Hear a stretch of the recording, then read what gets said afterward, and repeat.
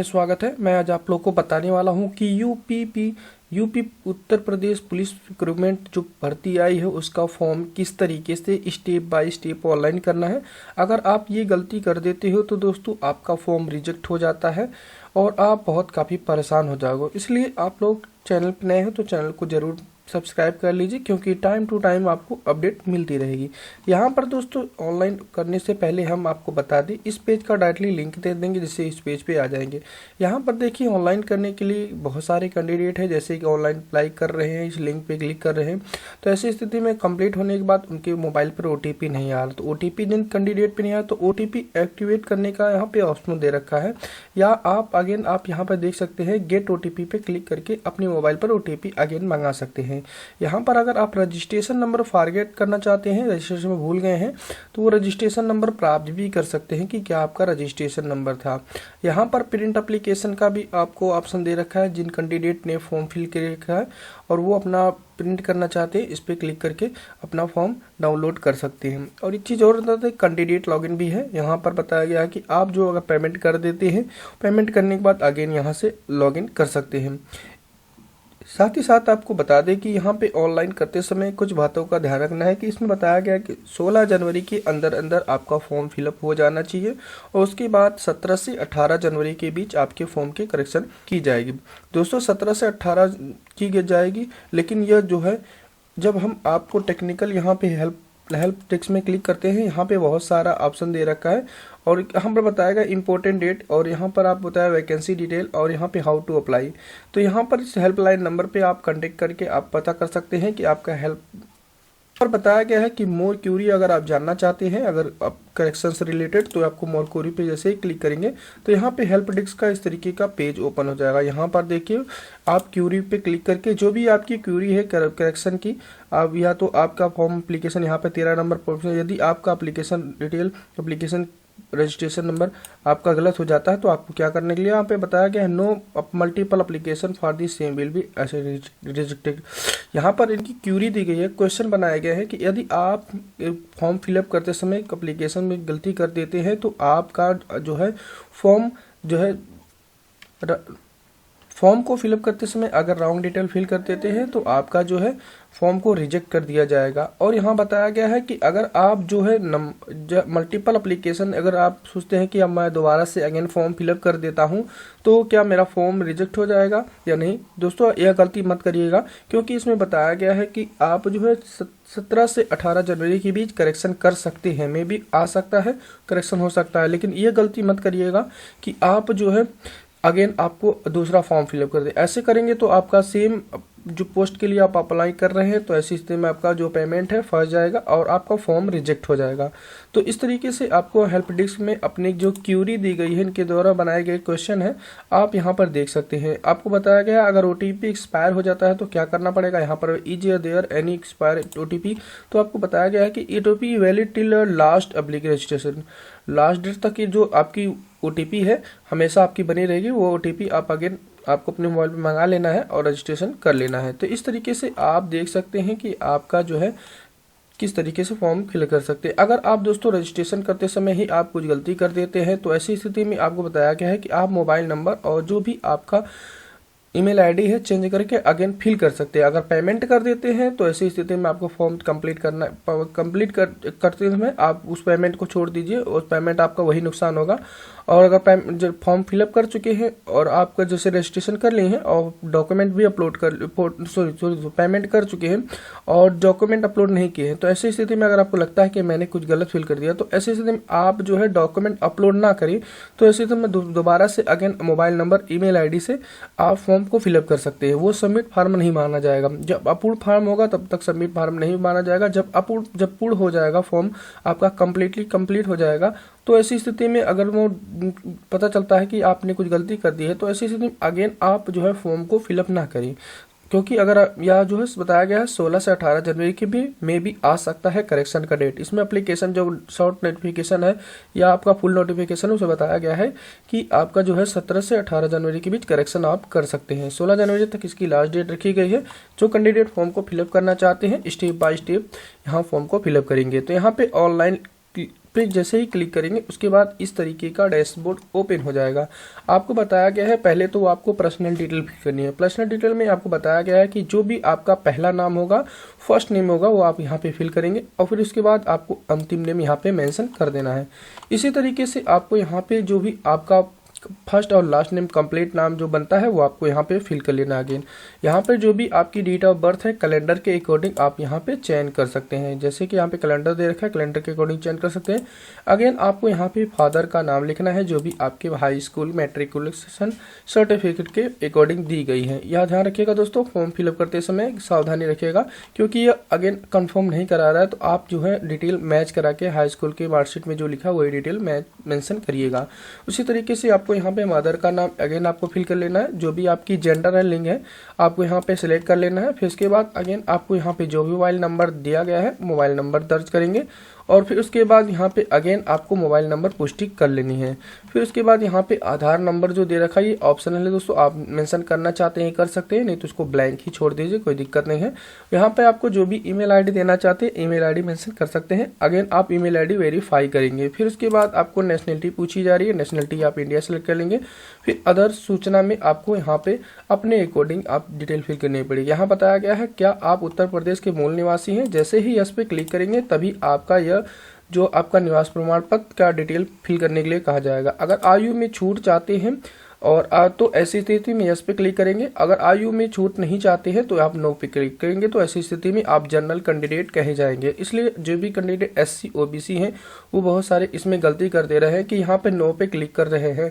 यहाँ पर बताया गया क्या एससी एसटी ओबीसी का जो छूट लेना चाहते हैं उनकी आयु तो है फिर भी वो छूट नहीं लेना चाहते हैं, तो ऐसी स्थिति में आप नो करेंगे तो आप उनको एससी और ओबीसी का छूट नहीं मिलेगा। यहाँ पे साथ यहाँ ध्यान रखिएगा दोस्तों, इसमें आयु के साथ साथ जो आयु के साथ इसमें एसटी एसटी ओबीसी की जो कैंडिडेट है उनके साथ साथ छूट दी गई है, इसलिए आपको यस करना ही पड़ेगा। जो भी कैंडिडेट है यस करके एससी ओबीसी फिल करें। फिर उसके बाद यहाँ पे जो भी आपको मूल निवास प्रमाण पत्र जिसने जारी किया है उसका यहाँ पे लिखेंगे। यहाँ पे सब डिविजनल मजिस्ट्रेट जो उप जिला अधिकारी है उन्होंने यहाँ पे यूपी का जो भी जारी किया है तो यहाँ पे इसको सिलेक्ट करेंगे। फिर उसके बाद यहाँ पे इसकी डेट लिखेंगे कब उन्होंने जारी किया है, आपको यहाँ पे मेंशन कर देना है। फिर उसके बाद अगेन आपको यहाँ पे डोमिसाइल सर्टिफिकेट यहाँ पे फिल कर लेना है। अगेन आपका आ जाते हैं 14 नंबर में।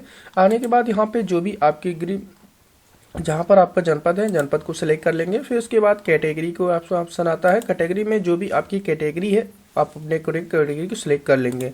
कैटेगरी सेलेक्ट करने के बाद यहाँ पे जो भी कैटेगरी सर्टिफिकेट आपको बनाया गया जो भी बनाए हैं उनका यहाँ पर दे रखा है। जो भी आपका यहाँ पे जिला अधिकारी हैं जैसे तहसीलदार हुआ, सब डिविजनल सिटी मजिस्ट्रेट हो गया, जो भी आपके यहाँ पे जाति प्रमाण पत्र ने जारी किया है वहाँ पे आपको सेलेक्ट कर लेना है। फिर उसके बाद यहाँ पे जो यूपी के अधिकतर जो है जाति प्रमाण तहसीलदार जारी करते हैं और यहाँ पे निवास प्रमाण पत्र यहाँ पे जो है उप जिला अधिकारी जारी करते हैं। तो यहाँ पर आपको क्या करना है, अपने अकॉर्डिंग जो भी डेट इसमें दी गई है आपकी जाति प्रमाण पत्र में कैलेंडर के अकॉर्डिंग मेंशन कर लेना है। फिर उसके बाद कैटेगरी की सर्टिफिकेट सीरियल नंबर आपको मेंशन कर लेना है और यहाँ पे आपको सीरियल दिया गया है सीडी आवेदन जो कैटेगरी सर्टिफिकेट है साथ साथ आवेदन संख्या यहाँ पे फिल कर लेना है। सीरियल नंबर के साथ साथ आवेदन नंबर भी फिल करना है। फिर अगेन आपको यहाँ पे 16 नंबर पे आ जाते हैं।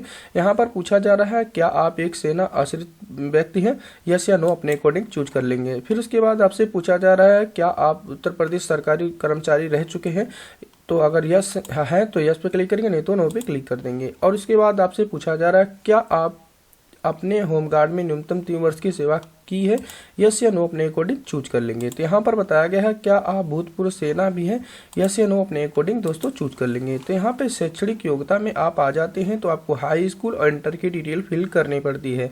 जैसे कि यहाँ पर बताया गया है हाई स्कूल जिस भी बोर्ड से आपने पास किया है जो, तो आपको बोर्ड नेम लिखना है। चलिए मैं बोर्ड नेम मेंशन कर देता हूँ, बोर्ड नेम लिखेंगे।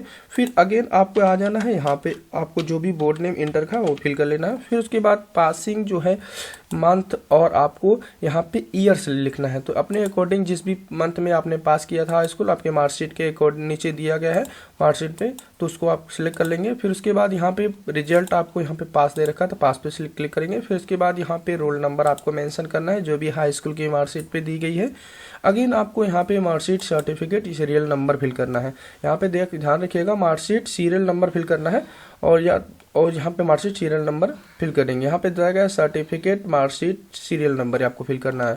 आपको अगर ये नहीं मालूम है कि सीरियल नंबर कहाँ है, सर्टिफिकेट नंबर कहाँ है और मार्कशीट नंबर रोल नंबर क्या है, तो आप कमेंट बॉक्स में कमेंट करिएगा, मैं उसको अभी बता दूंगा। तो यहाँ पर बताया गया है कि आपको यहाँ पे जो भी इंटर की डिटेल है, जब भी आपने मंथ जिस भी मंथ में और ईयर में पास किए थे, आपको यहाँ पे मेंशन करना पड़ेगा। तो यहाँ पर आपको बताया गया अपने जो भी रिजल्ट मोड का है स्टेटस है, आपको यस पास पे क्लिक करना है और उसके बाद आपको यहाँ पे रोल नंबर मेंशन कर देना है। ये जो कैंडिडेट 12th के हैं, अगर वो कैंडिडेट फॉर्म फिलअप करना चाहते हैं तो दोस्तों आपको वो कैंडिडेट फॉर्म फिलअप नहीं कर सकते हैं, क्योंकि इसमें जो भी इंटर 10+2 पास्ट मांगा गया है, जो भी कैंडिडेट 10+2 पास्ट है वही कैंडिडेट फॉर्म को फिलअप कर सकते हैं। तो उसके बाद आपको यहाँ पे रोल नंबर मेंशन करना है और उसके बाद जो भी मार्कशीट पे सर्टिफिकेट नंबर मेंशन की गई है उसको फिल कर लेना है।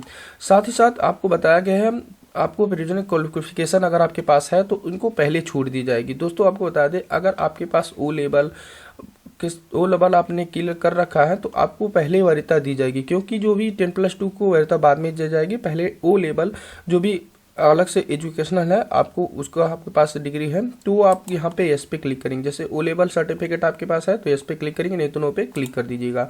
अगर है तो पहले आपको यहाँ बताया गया है कि ओ लेवल सर्टिफिकेट नंबर आपको यहाँ पे इशू डेट फिल करना है, फिर उसके बाद इशू सर्टिफिकेट फिल करना है, प्रमाण पत्र संख्या लिखना है। अगर नो पे क्लिक करते हैं तो ऐसी स्थिति में या जो ओ लेवल की जो मार्कशीट के अकॉर्डिंग जो छूट दी जा रही है उनको पहले वरीयता दी जाएगी, ये आप नहीं प्राप्त कर पाएंगे। तो आपको यहाँ बताया गया है या आप छोड़ दीजिए। यहाँ पर बताया गया क्या आप 2 साल न्यूनतम अवधि के लिए प्रादेशिक सेना काम कर चुके हैं।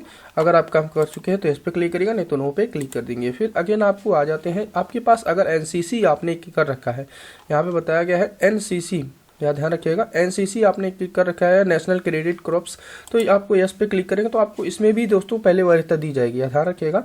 और ये अगर नो करते हैं तो आपको वरीयता नहीं दी जाती है। अगर आप कर रखे हैं तो यस पे क्लिक करके इनकी डिटेल यहाँ पे फिल करनी पड़ेगी। तो मैं नो कर देता हूँ, मैं नहीं कर रखा हूँ। फिर उसके बाद यहाँ पर आपको आना है एड्रेस में। एड्रेस में करस्पॉन्डिंग एड्रेस और प्रेजेंट एड्रेस दोनों सेम है, तो आपको चेक मार्क कर लेना है।